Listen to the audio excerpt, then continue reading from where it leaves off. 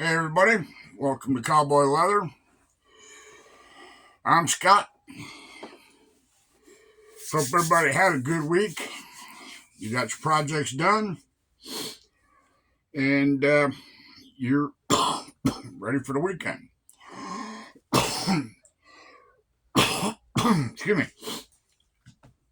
Coming down with some kind of crud. But we've been busy in the shop. We've taken on a few projects. I've got that coat you see right there.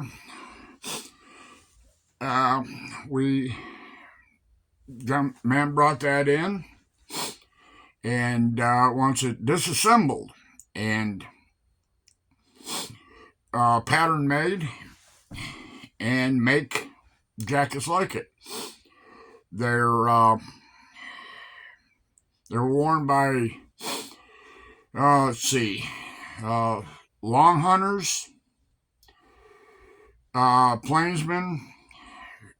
That coat was used or worn between the 1700s and the 1800s. So, anyways, he wants if we can get the pattern cut, laid out. He wants probably as many jackets as we can possibly make for him. They were made out of kind of like canvas material. What they make Carhartt coats out of nowadays, but only just a little thinner. And the fancier ones were made out of like a blanket material. They're a little different than the oh, I can't remember, but what they were called. I'll remember it here in a minute. Anyways, it's very simple, no buttons. It's just kind of, when you put it on, you take and you flap it over, and they usually wore a 2.5 to 3 inch belt to keep it closed. So, my wife and I are going to work on that. But today, we are going to make, I showed you some of the patterns I got in the other day. It's called, it's a women's wallet and or card holder. It's very simple. Hardly any sewing on it. Let's see, show you. Just we turn it around here. This is all the sewing you got right here and right here. And what it does is this folds in, this folds in, this folds up, and you put a snap when you gather all three of them. So when you get it all done, it looks like a small envelope. So, we'll see how it looks. I've already got my pieces cut out.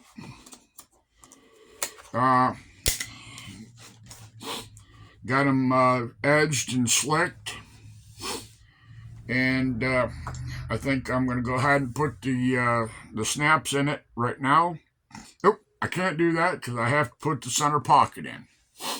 So let me tip you down and point at the table. We'll get some sticky out and we'll put it in here and see how it looks. Hang on. Going down. Next up, ladies' lingerie. All right.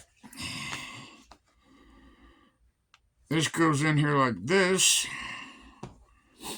Nope, already I'm messing up. Got it upside down. So what you got to do is it folds like this, folds like this.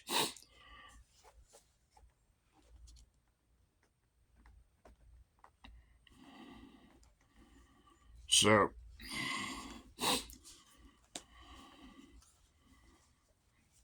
this kind of tucks up. You probably could dampen your leather up on your folds, but we're just gonna persuade it a touch. Stick that in there and see if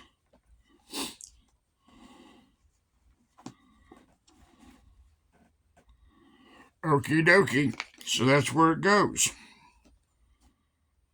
You move it down just a squidget. Okay, let's see here. My little scratch all so I can remember where I want to scratch. This is, I think, 3/4 ounce veg tan. Already dyed.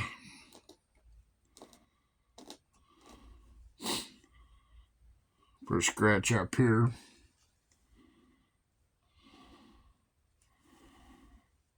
All right. Now what I'm going to do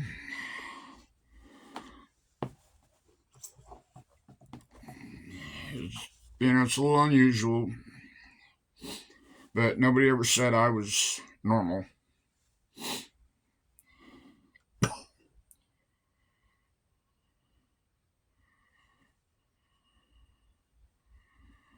I kind of leave it gobbed up here a little bit. I'm going to show you what I'm going to do here in a minute.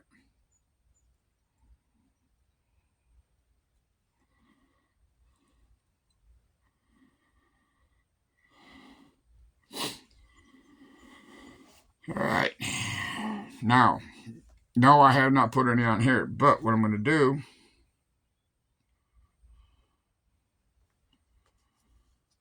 put that on there. Okay, make sure we're straight.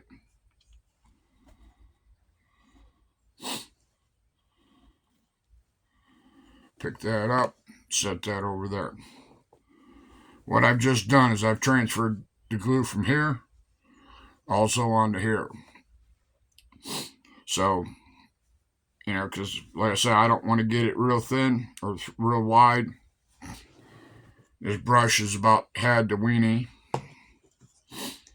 So, we'll do it that way.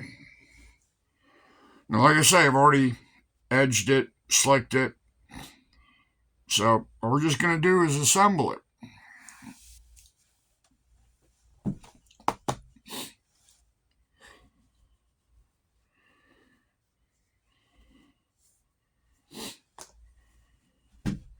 I think it's going to make pretty cute little, I don't know, you want to call it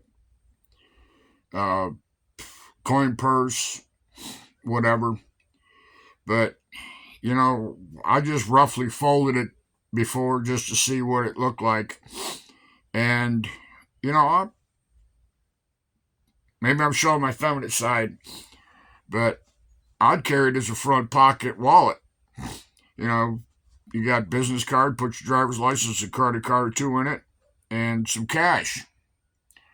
And it's, excuse me, small enough and narrow enough, you can put it in your pocket. But that's just me.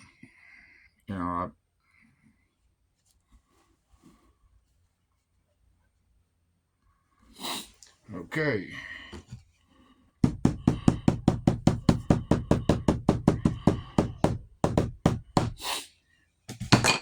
All right.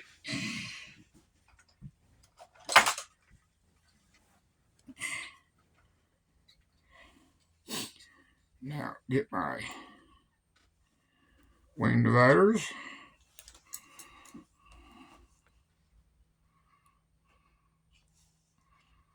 Yep, that looks good. Is Rusty in here? Nope, Rusty's not in here. He's out probably chasing around. Rusty! Gotta behave myself. The boss is coming.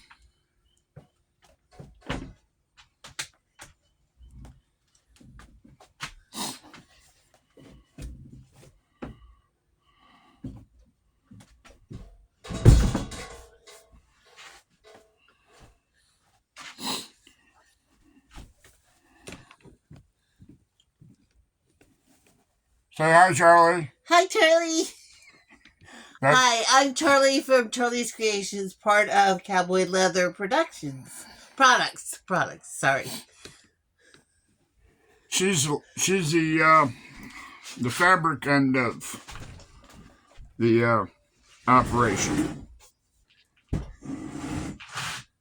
Maybe we can get her sometime when she's doing something constructive to we'll film her when she doesn't know about it. But anyways, I'm gonna got it glued on there. Got it edged out for the stitches.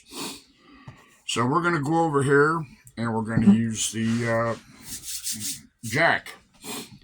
The yeah. Juki. My machine's got the wrong color thread in it.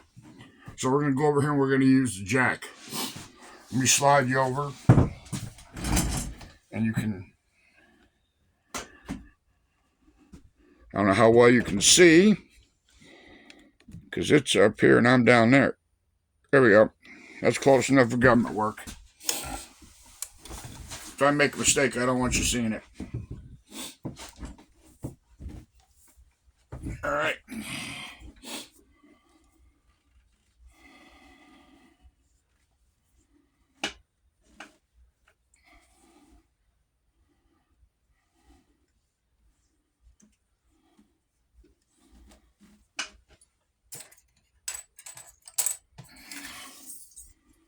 Make sure I got everything up where it belongs.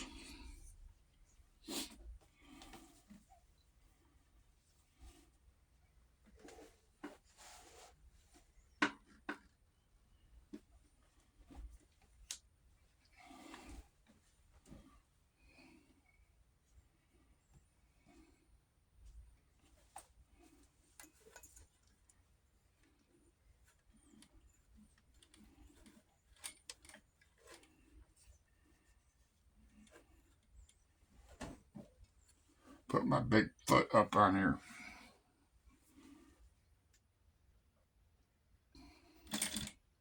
Move forward, back up.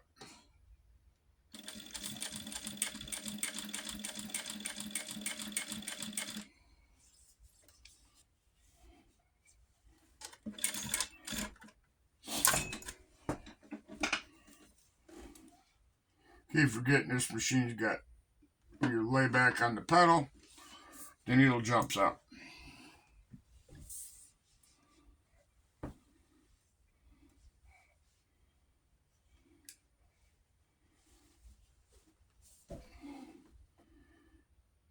The Juki's a man killer. It'll take off and run away on you.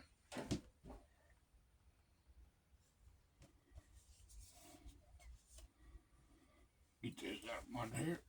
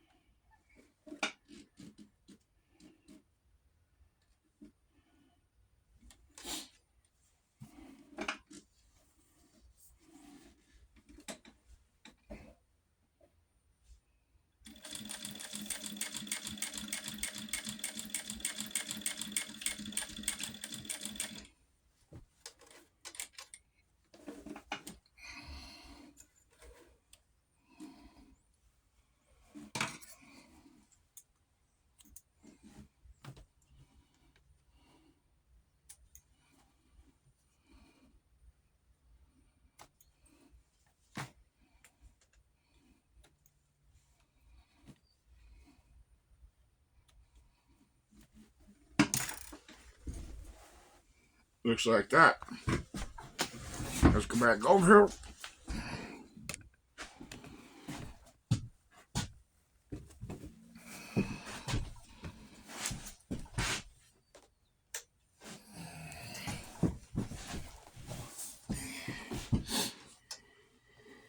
Okay. There's Rusty right there.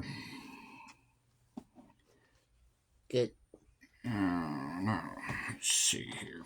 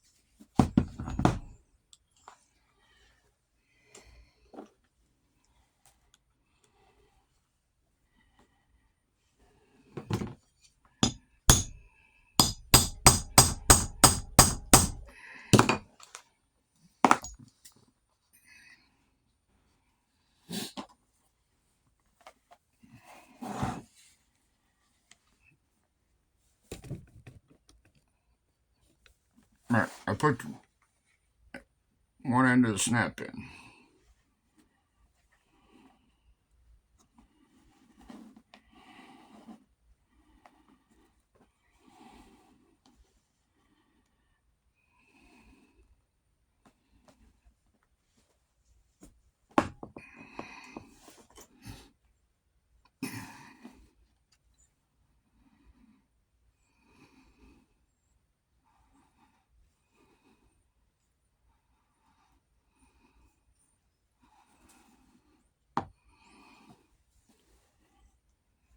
Again, I'm going to lay this on here.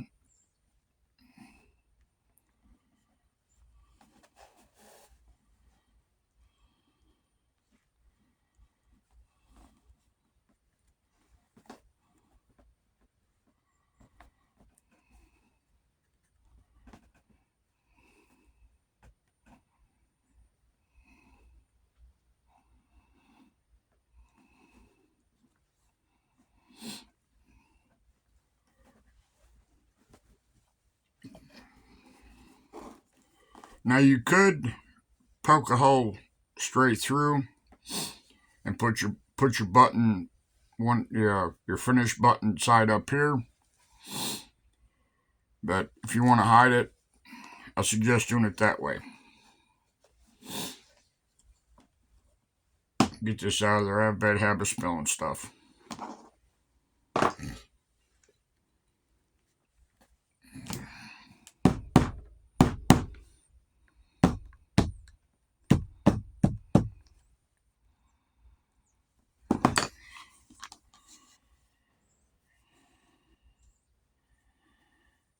Okay. I'll put you on hold. I'm going to go stitch this on. Alright. I've stitched that on. Now comes the easy part.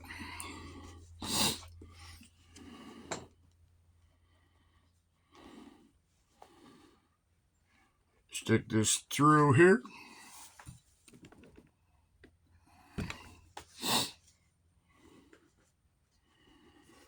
Now, I think I'm going to do it this way.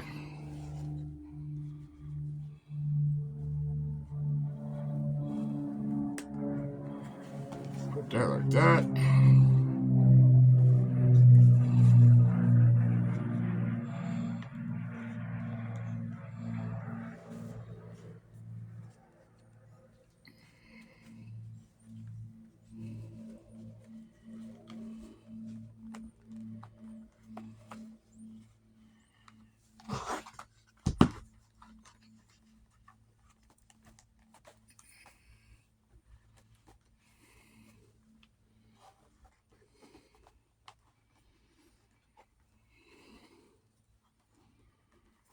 That's too thick. Be right back. I'll get my regular tool.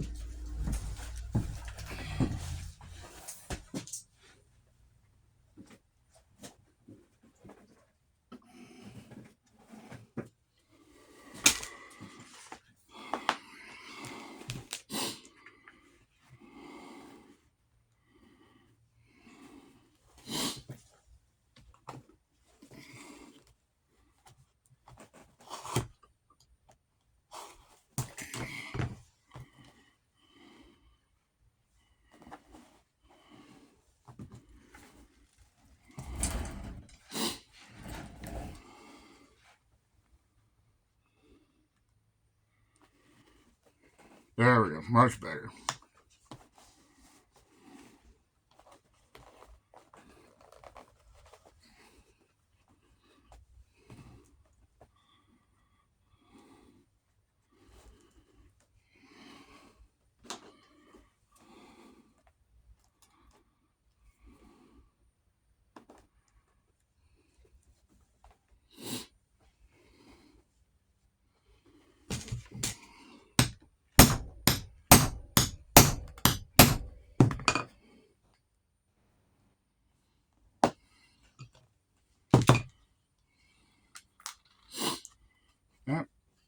That one doesn't work.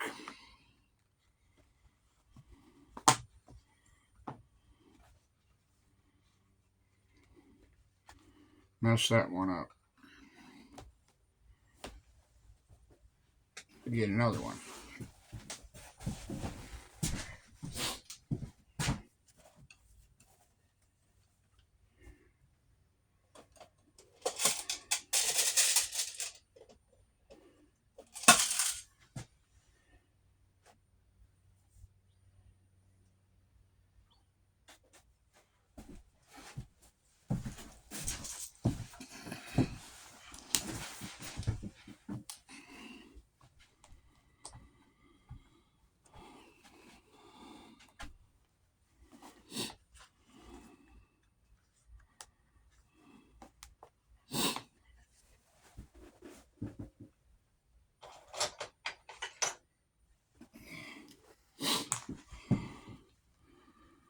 Take a little off here.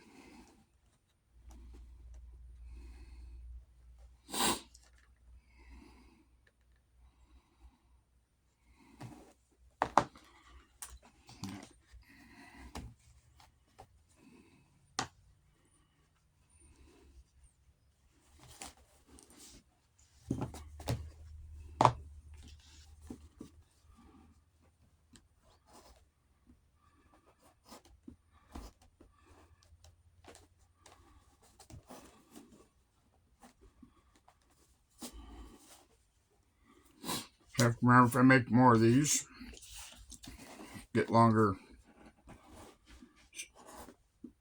snap shanks.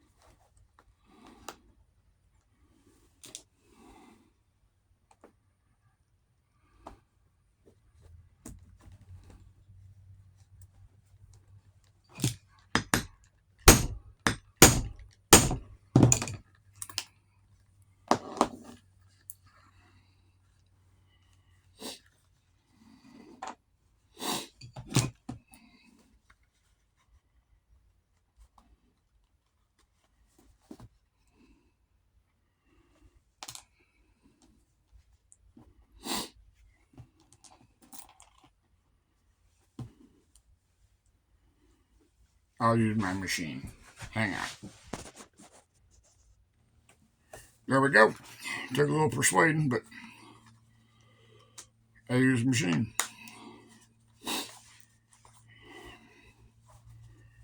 Just like that. Like I say, you can use this for, I guess a man can use it, a woman can use it. Got a place to put coin, credit cards or coins in there, folding money, whatever you please. Let's see if it fits in my pocket.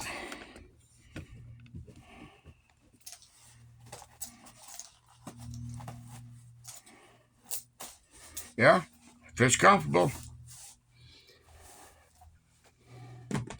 So, that's just one of the many patterns I've gotten. And we'll make some more of them and take them to the Spring Craft Festival we're going to in April. So, I'm going to kind of bring Charlie into the picture here, and I'll ask a few questions. I already know the answers probably, but we'll get her more comfortable with being on camera, and she'll tell you a little bit about her her backstory. So let me ease it around here. Get her over here. Come on. We move slow. Very slow.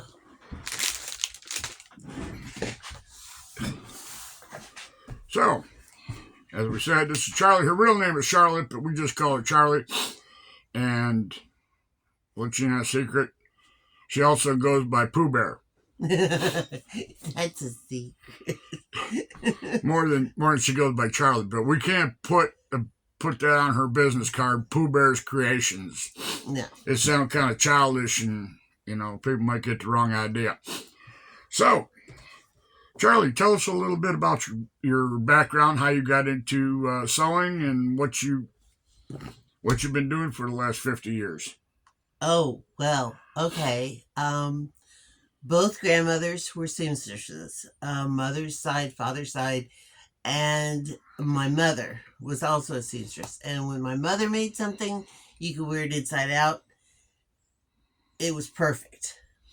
My grandmother's the same thing. My mother's mother, my maternal grandmother, I could draw a picture, even at a young age, of a dress.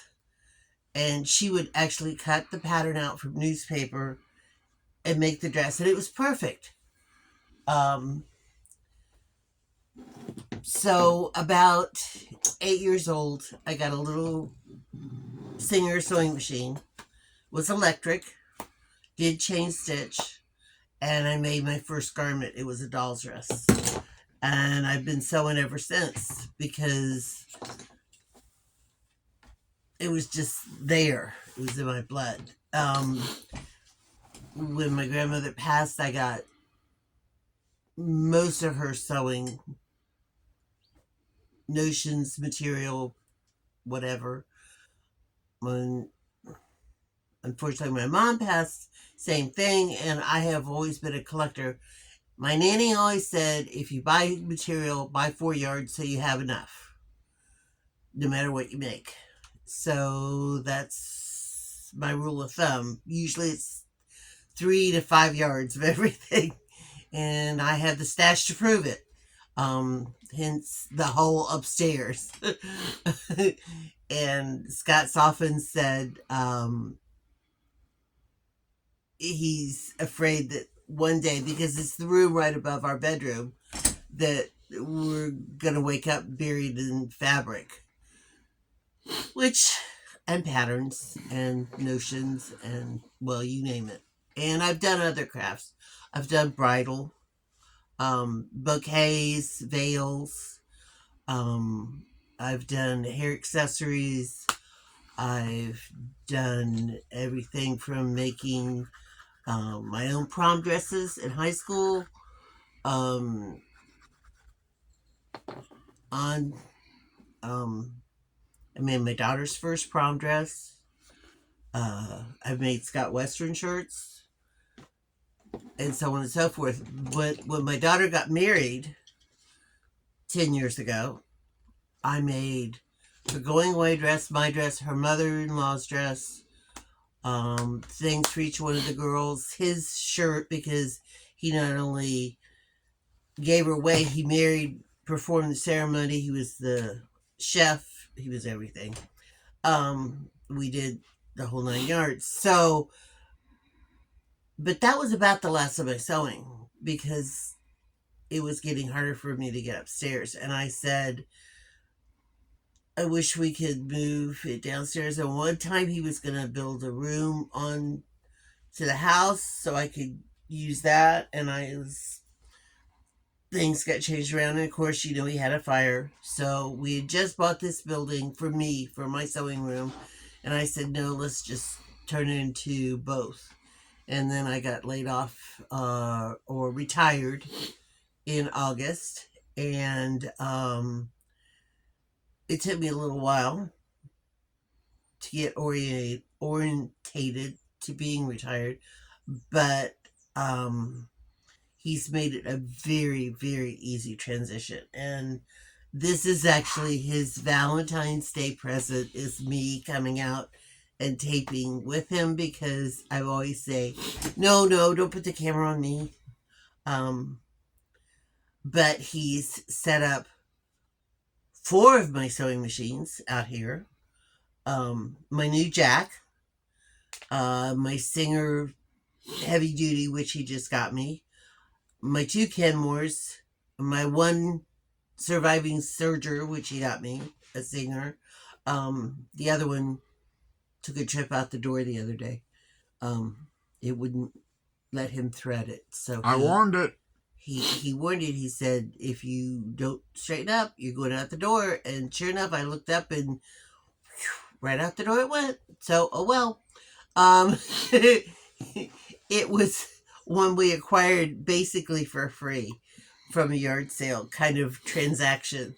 So it is probably fixable, but it's beyond our technology. But anyway, it's not past my technology. I've threaded that machine so many times, but it's just, we're running a production type operation here, and every other time she'd try and sew something or stir something up, it would go bonkers and knot everything up. Well, like I say, we're trying to run a business here. I can't be working on a leather item and her trying to do that because, she can't thread it because that stuff is so thin, and you got to be a contortionist to get it into the all the wheels and guides that it goes. So, the one she's got, the Singer, that I can thread it for, and she can go all day with it. All the other machines are so simple. The bobbins are drop-in bobbins. All she got to do is wind one as she's sewing and keep on trucking. So. And through my, as my friend says, OCD, obsessive collective disorder, I have acquired many sewing notions. So I have a separate bobbin winder. So if I can't wind a bobbin while I'm working, I'll do it a different way. I've got ways to do a lot of different things. And because I haven't sewed much in the last 10 years at all, I didn't realize how bad my arthritis had gotten. So I'm learning, even after 50 plus years of sewing, I'm learning new tricks and little things to maneuver around the difficulties that we have. And I know Scott's been in the leather business for quite a few years, and I'm the one that told him to do it. I'm the one that started to, pushed him from the get go when he said, I think I want to do leather work. And I was like, okay. That was just supposed to be for a hobby. Something to do on a rainy day when I couldn't go out and mow the grass or, ride horses or do whatever. And he just started on a little bitty section of desk in his office with a few little tools, and it got bigger and bigger and bigger and bigger. But I still am amazed every time he makes something. From the first purse he made me right to anything he makes now, it boggles my mind, and I just think it's so cool. So I'm hoping in the future, because I have such a large stash, and of course I'm always collecting because you never have enough fabric. I don't care how much you got. That we can start combining leather and fabric, and I will start making sellable items, not just PJ pants for everyone in the family, which I do a lot. Yeah. Everybody needs sleepy britches. But now, getting back to her machines, none of her machines are computer operated, except for, I guess you can say, maybe the jack is to a certain extent. Not really. But everything else is all old school. And I have even older school. I have my mother's Singer pot motor. Yeah, it's I can't remember what the number is, but they call it a pot motor on it. It's I can't remember, but it's old. It's like just after treadles, and I don't sew on it. That's the machine I learned to sew on when I actually started making garments, and it still runs like a top. And it was built in 1922. Yeah. And my mom got it when I was born, secondhand, to make my baby clothes. And I had, of course, the fanciest clothes of any baby in town. Because my mom was just that precise and talented. But I luckily went in a thrift store about 3 years ago, and I found an exact copy of my mom's machine in pristine condition. I mean, the gold decoration is still on it. It's perfect. It's like it never was used. And that's upstairs. Those are upstairs. Those are not coming out here. I mean, those are keepsakes. But yeah, we've stepped up because she's sewing more. Like I said, we've that jacket hanging over her shoulder. We're gonna take that apart. That one. And make patterns out of it. And it's kind of cool, and I think it should be pretty simple because the whole jacket's made up of triangles and squares, and I think there's a couple rectangles in it. And no buttonholes. No buttonholes, no buttons, except for, I take it back, on the sleeve they got a loop sewn, and you sew a button to the other side. And right here I just noticed there's one in the front. It's a wrap coat, but they call it, like it's explained before, long hunters, trappers, people that basically were out in the frontier as they migrated from the East Coast out west. They wore them, and they were made out of different fabrics. They even made them out of deer skin, and like I said before, they were made out of blankets. They're similar to the what's that word I can't think of? The trade coat. Hudson Bay. Hudson Bay. They're similar to the Hudson Bay, except for they're not as bold in color wise. But we'll once we get it apart and we start, we figure out what we got to do and how to make a pattern for it, which shouldn't be hard. We'll take you on that journey as we build it.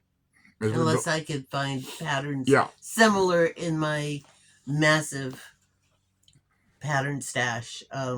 It's the guy that we're going to do this for said that it's, if we can't get it apart and make a pattern, we could take a doctor's lab coat and make it that way. Kind of adjust Which it. I don't see how that works, but hey, if he says so, I mean, the man has dealt in reproduction and living history stuff his whole life. Right. He inherited the business from his dad, so he should know. Definitely. So, anyways, we don't want to make this video too long. We're up here at 42 minutes. We're probably bored the snot out of you. I see somebody sitting over there in the corner sleeping, but we got to get to work. I'll find my dog before he freezes to death. He's outside. So, we're going to end it here. I'm Scott. This is I'm Charlie. Charlie, and I want to say Happy Valentine's Day to everybody. Yes. Happy Valentine's Day, everybody. Hope you had a good week. Everybody have a good weekend. Be safe. Cowboy and Charlie, we're out. Bye now. See you later. Bye.